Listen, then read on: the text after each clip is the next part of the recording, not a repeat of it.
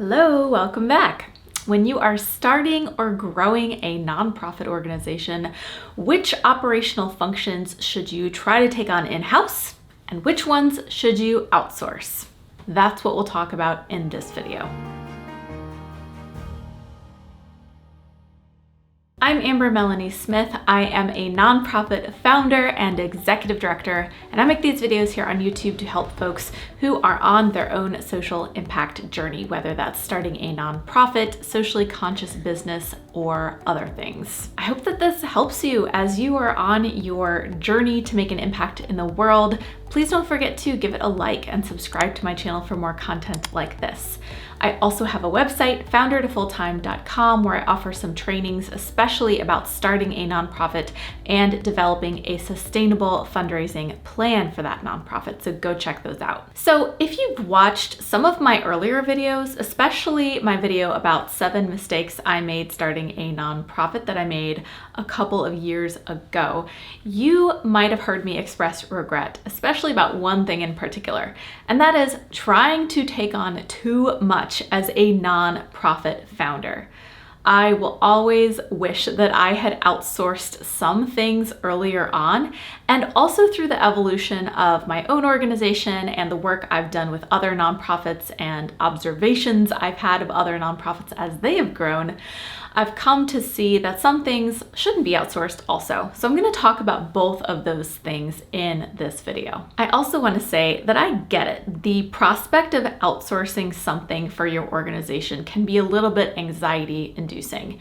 You are so passionate about this cause, you've done all this work to get this organization up and running with your team and board of directors. The thought of someone from the outside coming in and messing something up can be terrifying. But there are plenty of reasons it might be a good idea to outsource, especially earlier on in your organization, because it will allow you to truly focus on the things that you are best at. Some of those benefits of outsourcing could include reduced costs.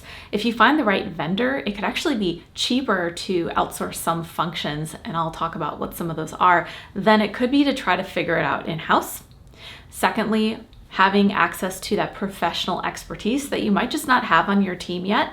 And third, and in my opinion, most importantly, because outsourcing takes stuff off of your plate, allowing you to focus more of your time on your mission. So let's talk about 3 things that I definitely would have outsourced earlier on had I thought to do so. The first is accounting and bookkeeping.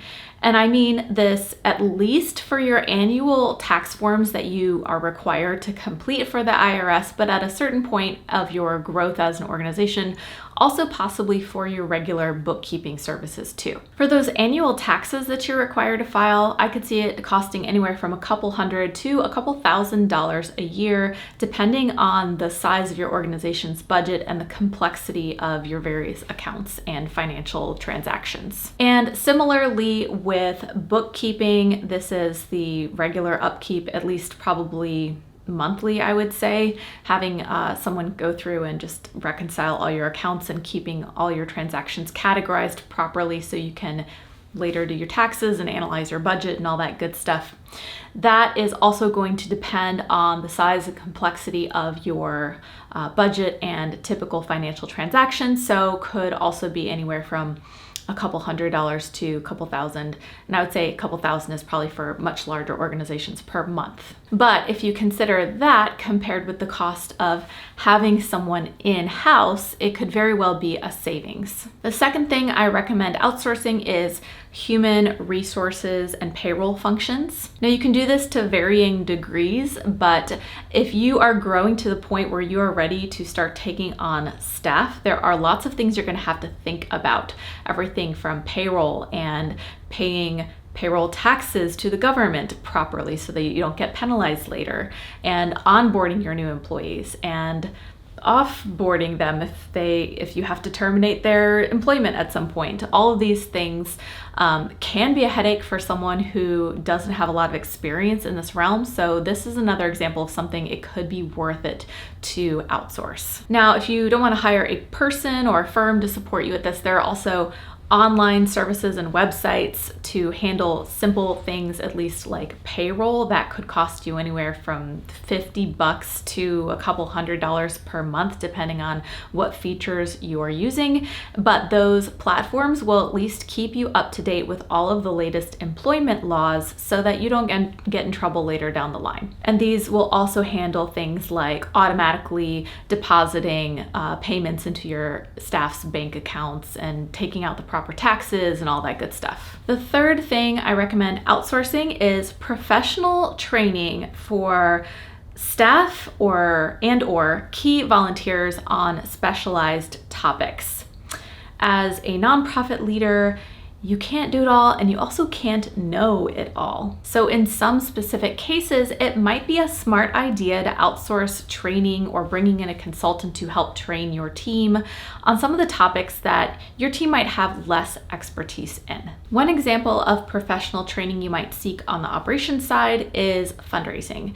You might have one or two people who do have some fundraising skill and experience on your team, but training your entire board or core volunteer group or staff in how to do this could be a good idea, and having that outside person with some additional expertise could be smart if you can do this early on and get really good at it in the beginning stages of your organization. And on the programmatic side, let's say your mission deals with serving vulnerable populations such as youth or seniors, then you want to make sure that your team is designing programs and executing on programs that are meeting the needs of those populations without inadvertently causing harm. Now, ideally, people on your team will already include experience in working with these populations, perhaps someone with a social work background or lived experiences in these areas. But even if you have a couple people on your team with this experience, I think it's a good idea to ensure that your entire team is trained on working with these groups too, so that you can, as I mentioned before, make sure that you're not inadvertently causing harm. Now, the next category of things I want to talk about are things that you maybe would outsource, and it really depends on a variety of factors. One thing that falls into this category is graphic design.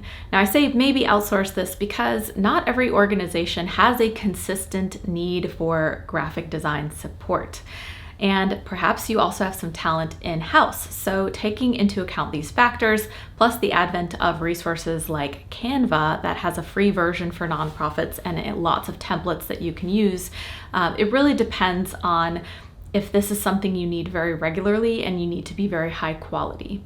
Organizations that deal with educating the public on a topic might be a good example of an organization that might need very consistent, high quality graphic design services, in which case you might consider bringing on someone to support this need for a couple of hours a month. The second thing that you maybe would consider outsourcing is grant writing for your organization. And this depends on a number of factors too. For example, does your organization need or rely on grants in order to get its funding? Not all organizations do. So that's one factor. Another factor is, do you already have all of the materials, your messaging, your language about your programs in place, ready to go for a professional grant writer? Remember, a grant writer is most likely somebody who is not yet familiar with your organization. They're not going to be able to come in and within a couple of days know your organization so well that they could write a compelling grant to a foundation and have a good chance of winning it. You're going to need to prepare a lot of materials for them in advance, including your budget, mission, project activities, and your upcoming strategic goals. And another factor to consider when you are thinking about whether outsourcing to a grant writer is a good idea is, does your organization have the funds already in hand to be able to pay that grant writer regardless of whether or not the grant is won? It's important to have the funds available to be able to pay them regardless of whether a grant is won, because it is considered a bad practice and unethical to pay on a commission basis or pay a percent of a grant won. That's because, according to the Association of Fundraising Professionals, it can encourage abuse of this process and of fundraising professionals. It also puts the professional grant writer in a precarious situation. If the grant is not won, they've already done the work up front, and then they will not get compensated for the work that they have done for you. And in many cases, it is going to be out of their control whether or not the grant is won. Good writing can take a grant only so far, but how organized and compelling a program is, how effective and impactful it is something that the organization is responsible for, not the grant writer. And the final category I want to talk about is things that I do not recommend outsourcing. And there's really just one main thing in this category, and that is fundraising and donor stewardship. For this, I'm talking about the practice of hiring an outside firm to perhaps do cold calls or cold emails or letters to people on your organization's behalf. The reason I don't recommend outsourcing this is because fundraising, especially effective and sustainable fundraising, relies on cultivating authentic, meaningful relationships with your donors. And having an outside firm come in and do this just doesn't get you those relationships. It's more transactional in that case. If you can take this on in-house, you're going to be able to sustain those relationships a lot longer and garner more support over the long term. Not to mention the fact that an outside party is not going to know your mission or be as passionate about your mission as you and your team. And that passion definitely comes through when you write or speak to others. I'd love to hear what you think. Are you and your team already spending some number of hours per week or per month on some of the tasks that I mentioned?